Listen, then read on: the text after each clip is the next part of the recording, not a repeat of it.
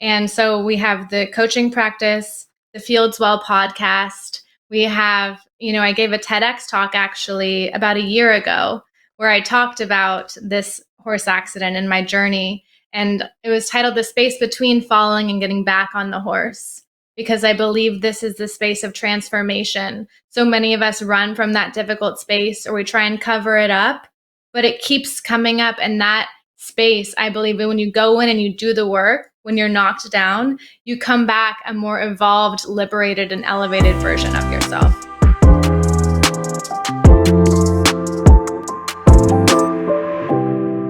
Hello, I'm John Brink, and we are podcasting on the Brink from downtown Prince George, British Columbia, Canada. And for all those people around the world saying, oh, okay, we know where Canada is. British Columbia on the west coast, right. Prince George is in the center of British Columbia, about 500 miles north of Vancouver, or 800 kilometers in the center of British Columbia, north, south, east, and west. Today we got a very, very special guest. Her name is Lauren Fields, and Lauren specializes in turning dreams into reality. She's a founder of Fieldswell. Lauren blends evidence-based cognitive behavior therapy and mindfulness techniques into her coaching practice. Sounds very interesting, Lauren. Yes, thank you. Welcome to the show. Tell us a bit about yourself as to where are you from, where did you get your training, and how did you get into this specialty field? Sure. First of all, John, thank you so much for having me. It's such an honor to be here on your podcast today. I am from San Diego, California, which is where I'm calling in from today. I love it. Beautiful, sunny 70 degrees weather. As you probably know, I have yet to visit Canada, British Columbia. You have to do that. Add that. Yes, to my list. Exactly. As far as how I got here, I like to bring it back to what I claim to be my North Star. When I was 14 years old, I was in a horse accident. I grew up show jumping. From the age I was 6 years old, it was my passion. It was my life force. I rode numerous ponies and horses a day. I was competing all over the world, show jumping, and kind of had a freak accident at 14. What happened? So I was galloping towards a jump. The clock was ticking, and I asked the horse to leave for the jump, and he left, and it was a bit too far away. He went down, I went flying, and I hit my head probably just exactly in the right spot on the ground. Ooh. And woke up 3 days later in the hospital from a coma with a traumatic brain injury. Ooh. And so this was a really heavy moment. I was 14 years old, and I had no idea what that meant for my future. However, the doctors had very limiting beliefs about my ability to recover or start to live a normal life again. They thought I may have trouble with memory retention, may have to learn how to speak, may have difficulty walking, all these predictions. And I sat there thinking, how can they predict this without knowing what my future is going to be like? Yeah. And thankfully, I think growing up as an athlete, doing all these competitions, I was very resilient. And I always, when you're young and you're riding, you're taught you fall off, you get back on the horse, and you try again. And so that was my mindset as I re-entered the world. And my parents thankfully had a very similar belief system with me, in that they encouraged that I go back to school and kind of start riding again, just have everything be as it was before. And after a few months of brain fog, I thought I had walked away unscathed. And then I started to have some neurological issues that impaired. A common symptom of traumatic brain injury is drop foot. And so all of a sudden I was having to think about each step that I took, and it became painful to walk. And so then I found myself in hospital waiting rooms, which can be very depressing when you're a young girl. So drop foot. I've never heard of that. What is it? What does it mean? Yeah, so it means that the signal, we never think about lifting our feet. No. The signal from my brain to lift my right foot was impaired. And so my right foot wasn't lifting correctly. So I was overcompensating by lifting my knee. So my gait was really off. And what started to happen is I was stepping on the side of my foot. And this is a common symptom from someone who's had a traumatic brain injury. But other than that, you wouldn't really know about it. So you want now both my wife, myself, we are in horses. We have an arena. We have 7 horses. We Wow. both ride English dressage, and so my wife in particular has been involved with horses all her life. And I was born in Holland, and Yeah. my sisters both Yeah. were riding English dressage mainly. Mhm. But so I've been around horses pretty much my whole life as well. We have a place on Vancouver Island and an Beautiful. arena there, 50-acre farm. So horses are part of my life. So did you go back to riding after your injury?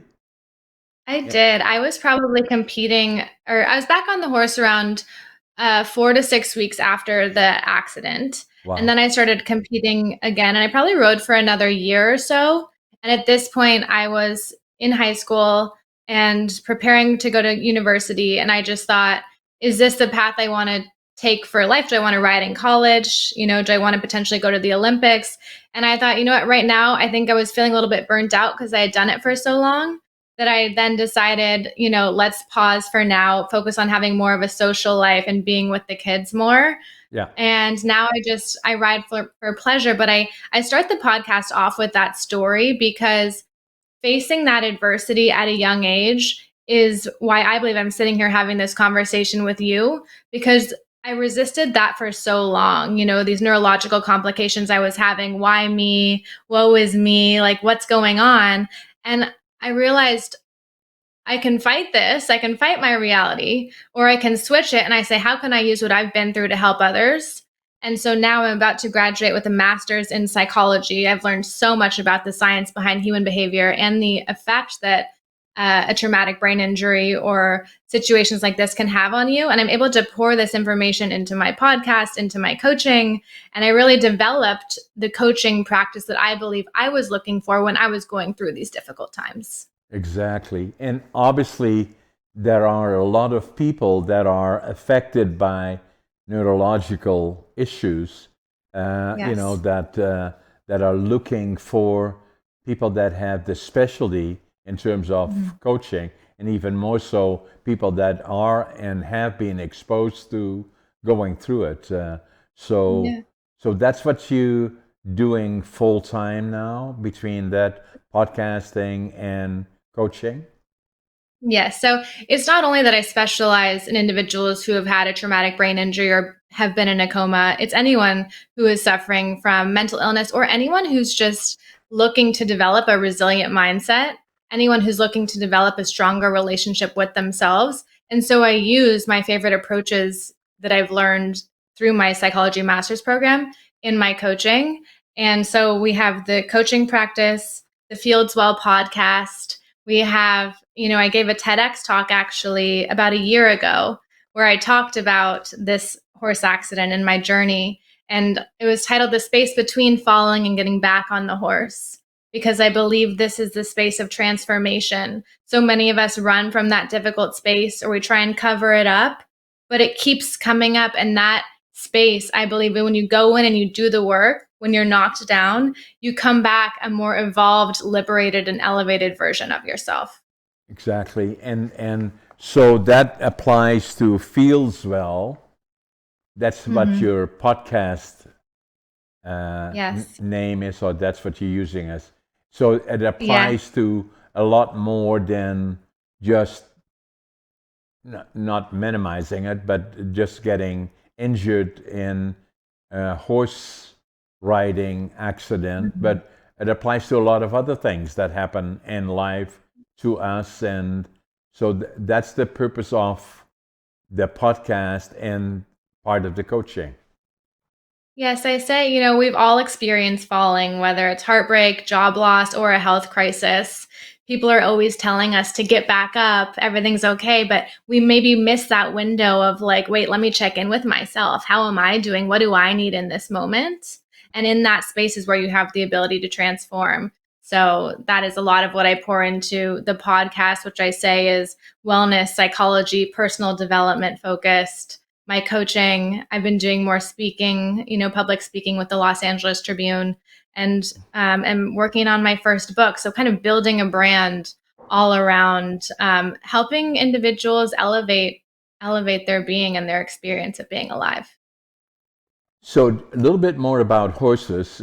So what we Yes. do is, obviously I've been around jumping. We are riding English dressage. Beautiful. And Beautiful. and that is, I was never into jumping, although my sisters were. My wife has been from time to time, but right now we're doing. I'm 84. My wife is in her mid 70s, and so we're doing mainly English dressage. It's so beautiful. What breed of horses? I've always wanted a Frisian and to learn dressage. Frisians are beautiful. They are very nice. We have warm bloods mainly, and Yes, then we bought some of the warm bloods out of Spain and have been there several times and imported horses from either South America or Europe. But as you know, there is a very active horse culture in Holland and in Germany and some of the other places, obviously. And Yes. And then we've been several times to San Diego and that area to go to riding schools or sessions that go on for a week, where they bring some of the best known trainers from around the world over, and people from North America or other places come down, including us. We have gone there and stayed there for a week for training with some of the best in the field. Yeah. Well, let me know next time you come down to San Diego to ride horses. I like that. Yeah. Yes. Very much so. So let's talk about a bit about the psychology and the. Let me tell you the other part. I heard you saying you're working on writing a book, and I've done that. The first book that I wrote is about all the things that you were talking about, the challenges, the ups and the downs, and I called it Against All Odds. And I love that. yeah, and I started writing the book, probably this one, about 6 years ago. So I'm 84 now. So I was already in my mid to late 70s when people said to me, over all the years, you have such an interesting life, you should write a book about it. But writing books is not easy. And so I thought about it for 20 years, stop, start. And then I knew if I didn't do it now, it would never happen. So this book here, it took me 80 years to live it, 20 years to think about it, 2 years to write it. And so once I did that, then I kind of started enjoying it. I'm a storyteller. And I do like what you do. I do presentations. Obviously, I write books. The other challenge the last book that I wrote, let me share this one with you. You may find this interesting, is this is the last one that I wrote, the fourth one, and I'm working on another one. But Living Young, Dying Old, and that's a picture of me, is that I'm the oldest competitive bodybuilder in North America. Wow. And congratulations. That's quite thank you. Impressive. Yes. I was going to ask, after you wrote the first book, did all the other books start pouring out once you had done the first one? Yeah. And so then I started to like it, and then I got because with a book, it's you have to do it well, and if you have not done it before, then it is always a good idea to talk to others about it that have gone through the process as to what to watch for, how to go about it. Then get a good team involved to make sure that the editing is done correctly, the covers Yeah. are done well, that I like that. the colors, does it have pictures? This one has pictures of different sorts in it all throughout. And then this style of writing, the size of the book, comments from others, that, all of those elements Yeah. are important. And then who prints it, and the marketing is the most challenging with books. And so I did this one, and then the other part is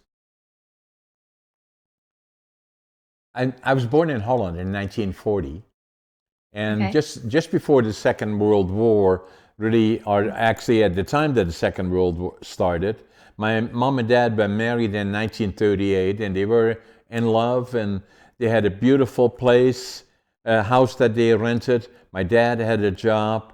Very quickly, they had one son, one boy, and then a girl. And then my mom was pregnant with me, and so they were in paradise. And then what happened? Adolf Hitler decided to invade Eastern Europe, and then from there and then invade the rest of Europe. And my dad was called into the Dutch army in April of 1940. And for 5 years, the last time they heard about him, he was caught in the bombing of Rotterdam. And for 5 years, they would not know if he lived or died. And so my mom was on her own, and I was born November the 1st, 1940. And then the next thing that I remember from the time that I was 3.5 or 4 was bombers overhead of the Allied forces bombing Germany. And if you're familiar with Holland, I was born in the northeastern part of Holland, within about 10 minutes of the German border.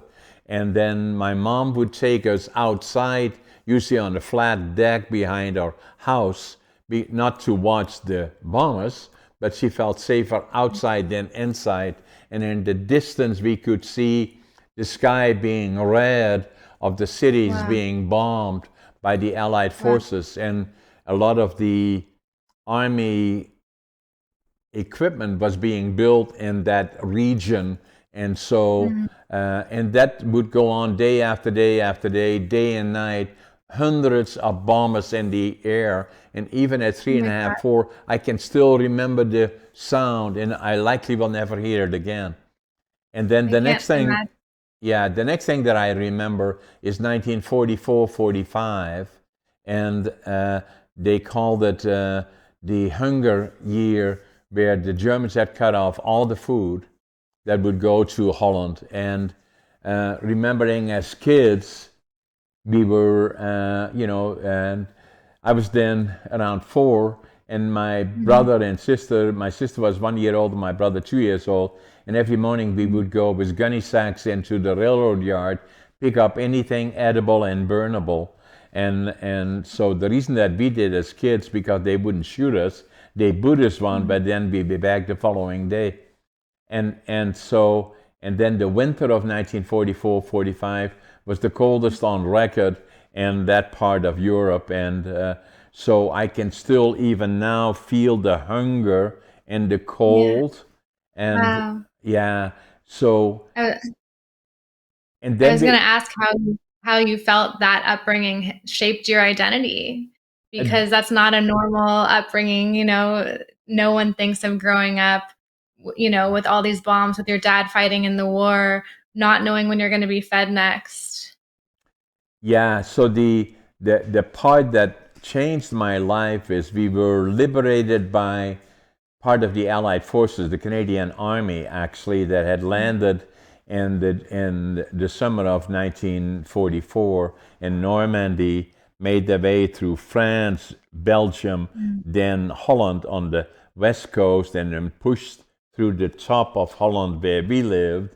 And I remember April the 12th, 1945, when we were liberated by the Canadian Army, and it made such an impression on me that I always knew from that point forward, when I grew up, I would go to the land of my heroes, Canada. Wow. And so I was trying to go when I was 17, and then my parents wouldn't let me, and then I was drafted into the Judge Air Force for 2 years, and then I did go to Canada when I was 23, and started with nothing, and I was not overly successful in academically. I failed grade 3 and I failed grade 7 3 times, and they said, what are we going to do with this guy? And they said, well, maybe send him to the mentally challenged school. They Oh said, my no, gosh. we're not going to do that. So Right. then they said, well, we'll teach him a trade. And my dad had liked to work. My grandfather was a master carpenter. My dad worked in lumber, and so they sent me to a furniture factory, and so that's what I did at 13. And so, but I liked what I was doing, but kids are hard on each other. And Mhm. so all the friends that I had in grade 7 that went on to college and university, I was a laborer. I'm proud of that today, but then it was kind of looked down at. And it always kind of bothered me in a way of being different than all the Mhm. other people. And then I felt I had to start anew with nothing. And so I did that when I was 23, and I wanted to left Holland for Canada, but I want to start with nothing. I had a suitcase, 3 books, 2 sets of clothes, very little money, and then I wanted to build. My dream was to build a lumber mill, and the Mhm. timber is in Western Canada and in BC. So I wanted to go to British Columbia. So I landed in Montreal and by plane in July 1965, took the train Mhm. across Canada, 4 days, 5 nights. Can you imagine? It's a No. big, big country. No. And then when I landed in Vancouver, went to the immigration office, and I couldn't speak English and didn't know a soul, didn't have a job. But fortunately, there Mhm. was a German fellow there, and I told him Mhm. I could speak some German. And I told him what I wanted to do. He said, "Go to Prince George. That's where they're building all the sawmills, and that's where the Mhm. future is." And so that's what I did on the bus for 14 hours, going from Vancouver to Prince George. And I came here in Prince George 60 years ago. And Wow. I can still see the Greyhound station where it used to Oh stop, my or gosh. a couple of blocks away from my apartment here. And I had my suitcase, 3 books, 2 sets of clothes, and then I counted my money at least 3 times. I had Yeah. $25.47. And Oh my gosh. but I had lots of attitude. I'm always Yes. positive, even then Mhm. and still now. But Mhm. even when I was young, I always was happy. I was always positive, but internally Mhm. I had challenges. Then Mhm. Mhm. passion. Whatever I do, I give it 125%. Yes. And then work Yep. ethic, I work harder than anybody, Mhm. and even still Mhm. now at Mhm. 84, I Yeah. I get up in the morning at 5:30. I always make my bed, and I always think I'm late. And every day to me is a good day. And Mhm. so, Mhm. and I had the challenges along the way, and Yeah. and to follow to what you do is I still did not feel that I had been successful. All people already said within a year and a half I was the superintendent of one of the larger Mhm. mills here. Within 10 Mhm. years I had my own company, my own lumber mill already, Mhm. and since that time 10 other companies, but still I felt I didn't feel that I had been successful, and it still kind of bothered me as to why was I different? And then one day I walked into a bookstore here, Uh, and I picked up a book, and I still have the book actually, and that I picked up in 1997, actually in January of 1997, Mhm. that changed my life. And the title of the book was Driven to Distraction. Mm. And I don't know why I picked it up. And the Mhm. more I read about in the book, it's about ADHD. Mm. And I said, "Oh my God, that's me." And I wrote in the book here Yes. in Dutch because I was ashamed of it. Now I finally Mm. know who I am. And the Oh. date is January 1997. Mm. And the book was written by Dr. Edward Hollowell, medical doctor. Mhm. And so in 1993, he wrote the book. I bought it in 1997. I wore it out virtually, going through it Yes. and finding out more and more about ADHD. Now I knew Mhm. where my challenges were. And Mhm. then the more I looked at it, the more I thought the frequency of occurrence much higher than most people thought it was, around Right. 8% or so. And so you are my podcast number 343. Wow. So incredible. I interviewed Dr. Halliwell, who Mhm. is a medical doctor, ADHD, and on my podcast 203 about 6, 8 months ago, and Mhm. about this. And as we discussed ADHD, he's the expert, not me. He is ADHD, as I indicated, and Yes. dyslexia, and so do I. Mhm. And Mhm. saying that the frequency of occurrence is probably 20%. He said, "No, John, it's Mhm. probably more than 25%." I agree with Right. him. And the Mhm. other part about it is that in all the time that I've been around, I've been in board meetings, I've been in interacting with businesses of all different descriptions, entrepreneurs and business people, and the successful ones, and the operative Mhm. is successful ones, Mhm. that I believe I said to Dr. Halliwell that probably 50% of them are ADHD. He said, Mhm. "No, John, probably 75%." And I Wow. agree with him. Mhm. So it That's kind of so interesting. changed my life. Yeah, I'm sure. Isn't it interesting when you find that one book where you feel like, wow, my whole life just changed because I feel understood or I can identify with this author and this text? For me, that book was The Untethered Soul by Michael A. Singer. Have you read that book? No, No? Okay. Highly recommend I, you read that I book. I've will. read it new. And it basically says that it's up to us to either enjoy the experience of being alive or to continue to be bothered by it. And so, to our listeners, like, no matter what you're going through, you can continue to resist it, or you can accept where you are and maybe try and shift the perspective through which you're looking through what you've been through. Like for you, you followed your dream with $25.47 in your pocket. You got yourself to British Columbia or to Canada because those were your heroes from your childhood, and you made it there and you made a new life for yourself because you believed in yourself and you followed your heart. And anyone can do that. Today is a new day. You can start now, no matter what has happened in your Exactly. past. Exactly. And then the other part about it, Lauren, is that that's what this book is all about, against all odds. Mm. It's not about how Mm-hmm. successful John is, but rather all the ups and downs along the way Yeah. that are important about it. And then the other part, ADHD, played a role in my life, obviously, Mm-hmm. and I've been very vocal about it, and more people are accepting that as being very common, actually, maybe as high as between 25 and 30% of the population. And I Mm-hmm. felt I had to write a book about it. So I did. ADHD Wow. Unlocked. Oh my gosh. Look at you. That's amazing. Yeah. So, Yes. and that was important to me. Yes. Yes. I mean, when I look at you, remind me in your 80s now. 84, yeah. But you are so 83. You're so vibrant and alive. And it's because you are living fully.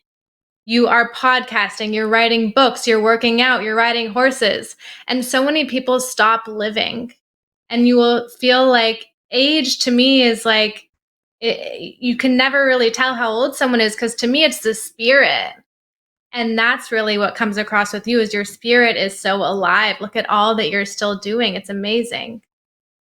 And Living young, dying old. and so that's precisely the point that you're making, Lauren. Age is just a number, but it's Mhm. quality of life that counts, and there is no Yes. reason that as long as you take care of your body and your Mhm. mind, it's Mhm. then diet extremely important, and understanding all of those parts, then Yes. there is no reason that you cannot do anything that you want to do So true. at any age. There is not a limit. Yes. I know people, as you do, in their 40s that say, I'm too old for this, I'm too old for that. And Mm. they don't have to become bodybuilders or Olympians, but Right. at least become knowledgeable about the food you eat. So Mm. what I always say, sunshine is important for vitamin D.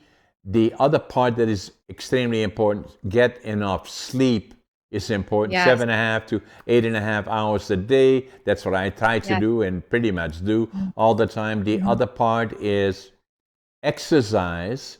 And I go to the gym, but even for Mhm. those people that say, well, I can't do that, I don't want to do that, whatever, at least go for a walk.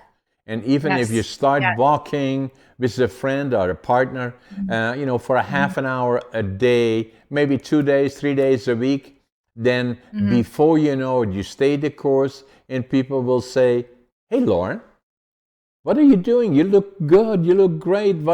So, and Yes. then that gives you that encouragement. And then the other part that is very important is diet. And so Mhm. my wife is vegetarian, and I must admit I didn't listen as well to her as I should have for a long Mm. time, and until later in life. But then I had a case of diverticulitis that where it breached my colon and all the Okay. toxins in my body. And so they took 20 centimeters out of my colon, and then I Wow. recovered. But I came that close to not making it, and it kind of gave me that shock of reality and saying, Mhm. okay, I'm going to, in a serious way now, go to the gym and think about my Mhm. physical fitness. But I Yes. got a trainer. And a trainer for me is Mhm. important because it gives me an appointment. And Mhm. so I started doing that in a serious way. And I was already in my 60s then. And I Mhm. trained for about 6 years with a trainer. And then somebody came up to me and said, in my trainer, and said, hey, John, you ever thought about going to compete? And I said, me? Really? And I thought, why not? And so I Yeah. did. Mhm. And then the same as diet, Yeah. starting to think more careful about diet. I do Mhm. virtually all the shopping. And if I go to a store, I stay on the outside of the Yeah. store because on the Yes. inside is all the processed foods, All the ultra, junk. ultra processed in a lot of cases, and Yes. to make sure that the food that we eat is healthy, and Mhm. so that's basically what it is. We get enough Yeah. sunshine, get enough sleep, get Mhm. and think about your diet, get exercise, and then Mhm. stay the course. And then obviously mental health extremely important. One of your Mhm. specialties in particular, Mhm. that you have the right attitude and the positive approach to life, and dealing with issues that will always happen no matter Mhm. who you are, what the circumstances are. Mhm. Always find the right way, move forward, and stay positive. Yes. I want to piggyback on what you said because so often it takes like a big health crisis, like for you is diverticulitis, for us to start to pay attention to how we're taking care of ourselves. So often we try and control external circumstances, other people's opinions, other situations that we have no control over. The second you befriend yourself and start to love and care for yourself, your whole world will change. And so to focus on the things you can control. And like John said, the three foundational elements that I pay attention to: sleep. I like to get 8 to 9 hours a night. I have my Aura ring on right here. It tracks my sleep. It tells me how much REM sleep I got, how much deep sleep. I get a sleep score every day. Some days I get a crown for my sleep level. I know those days I feel my best. So we have the sleep, we have movement, at least 30 minutes 4 times a week or more would be great. Can be as simple as a walk outside in nature. Doesn't need to be this huge hit cardio weightlifting, but find what works for you. And then the eating, make sure you're eating whole natural foods. When you look at a label, if you can't understand what those ingredients are, how do you think your body's going to know how to digest those? Exactly. Mhm. Exactly. And then the other part about it, Lauren, and I agree with all the things that you say, obviously, is your body is so forgiving. It wants you to be healthy, but it only will Mhm. accept so much abuse for so long until all of a sudden, then, especially in the latter part of somebody's life, or at any time, but then in particular the last decade, then Mhm. people get all the medicine, which a lot of times are toxins, a whole Mhm. handful that fix Mhm. maybe one problem but create problems Mhm. in other Yes. areas. And Yeah. so, and to understand all of that and to Mhm. be understanding of your body critically important, and then to help by exercise, sleep, and all the other things, then Mhm. it becomes then a question of quality of life. There is no reason Yeah. that you cannot have quality of life at 70, 80, Mhm. and beyond. As far as I'm concerned, I want to be at Mhm. least 100, 120. Yes, you are 100%. And, all about holistic healing. I think people in this day and age want a quick fix.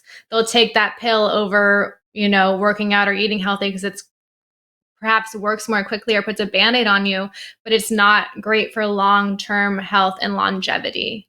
And so I believe the best route is the holistic healing. It's really starting to take care of yourself from the inside out with what we talked about.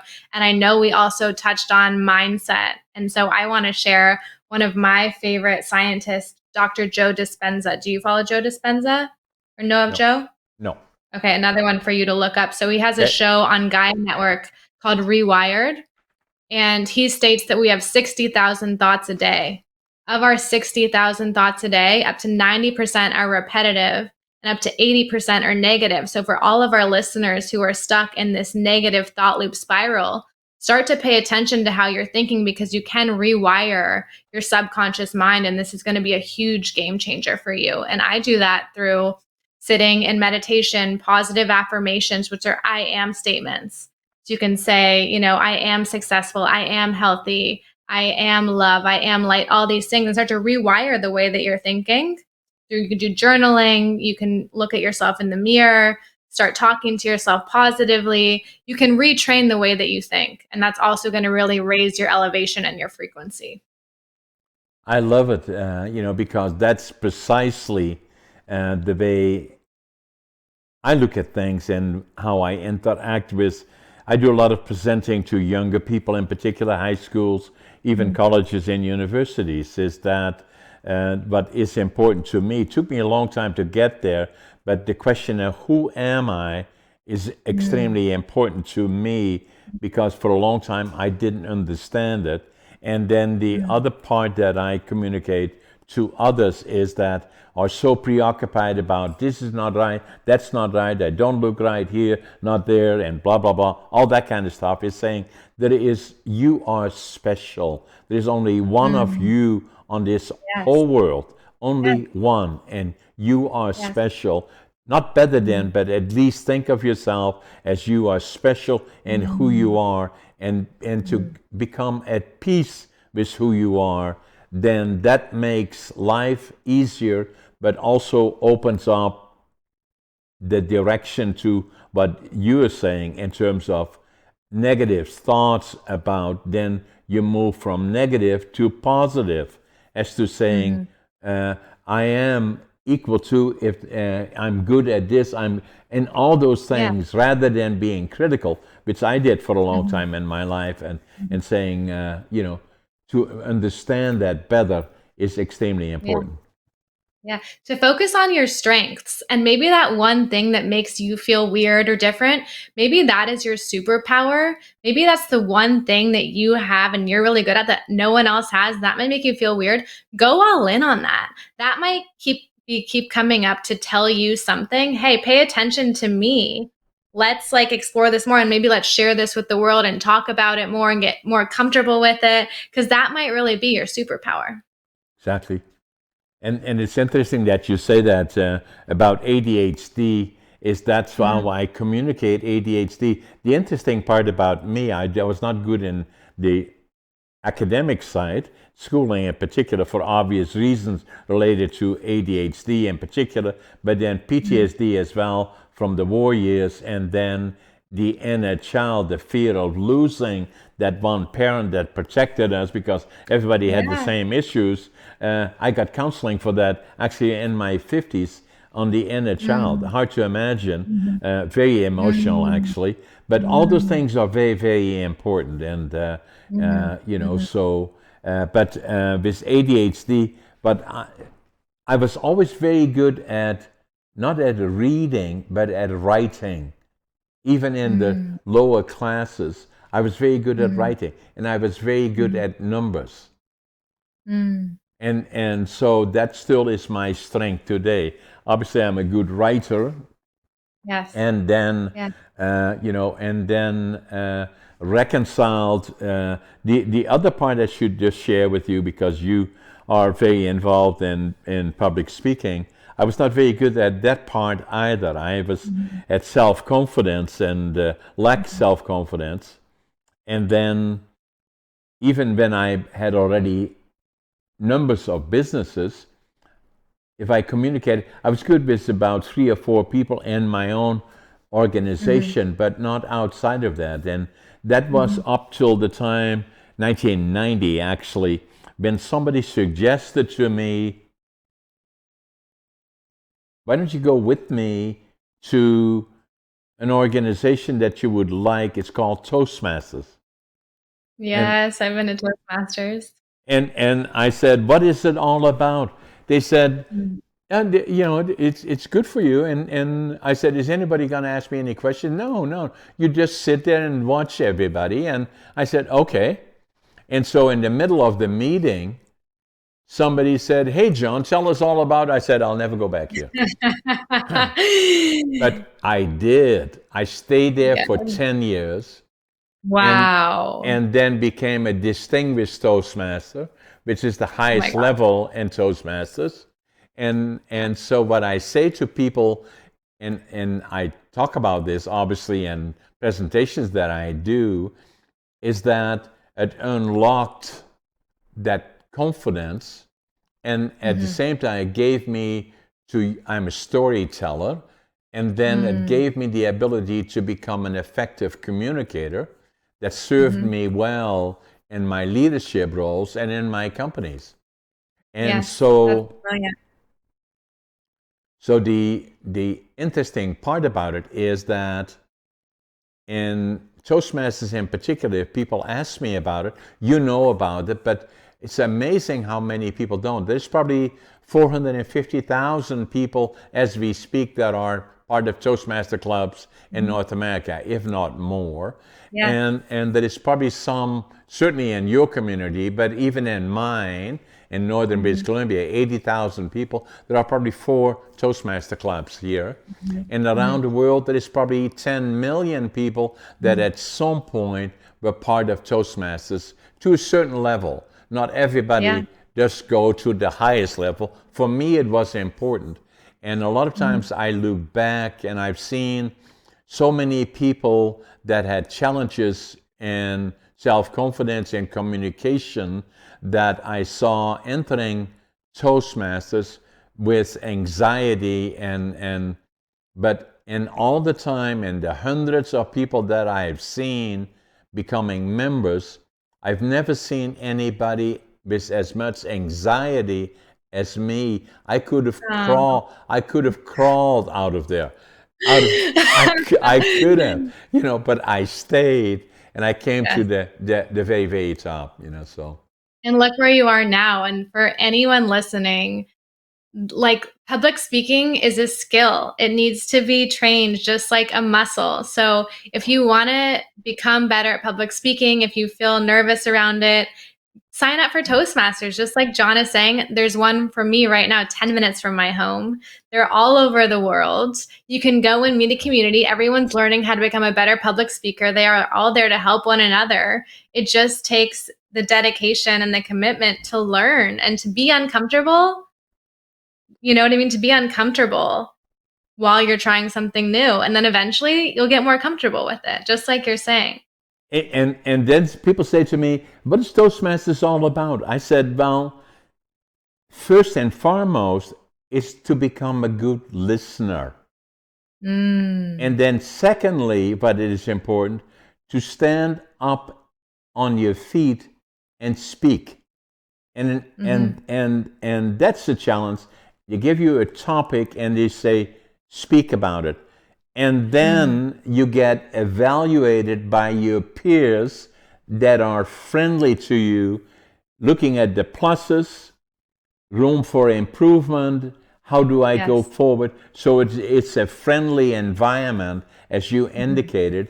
And what it will do is it will expose, for a lot of people, and even people that are successful in business are not good communicators. And it's amazing, and I've been in some of the best settings, is that I usually have an advantage because I'm a very good communicator.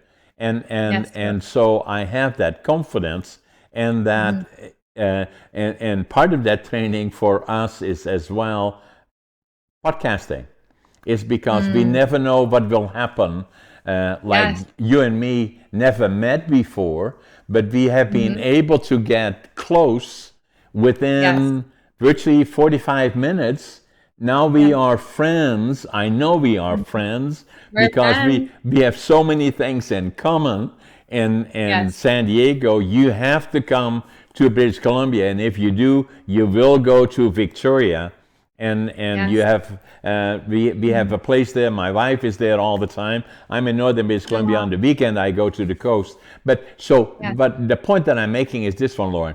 We have never met before. Within 45 minutes, because we are good communicators, we get to know each other. We sharing challenges with each other, but also at the same time, I know that the vehicle that is absolutely amazing is podcasting, because as we are sitting here communicating about our lives and the challenges that are so common throughout the world, the whole world, millions and if not billions of people, that as we communicate, this podcast will be released tomorrow. We release them either the same day or the following day. This one is this one going out today? Yeah, this one is going out today, actually. Okay. So because we do it at 9 o'clock, my time, your time is 9 o'clock as well, that we started. So this one will be out this afternoon. And so that's what we do. And then there is no editing other than when something major happens that has never happened before, but it goes as we are. But the point that I'm making is this one: as you and me are communicating this afternoon and from here on forward, as we posted, tens of thousands, if not millions of people will watch our conversation. It is amazing. And so on my YouTube, not bragging, but we are well over 600,000 members. But at the same time, I know that we have, over the last 2 years, 24 million viewers. Wow. Immensely powerful. I could not do this.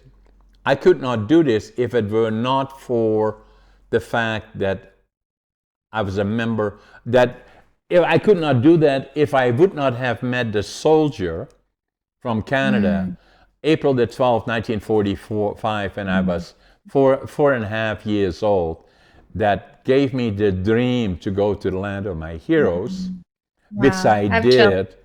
And then although I was already successful at what I was doing, business, but I did not understand who I was until I walked into this store, picked up this book, Driven to Distraction, that changed my life.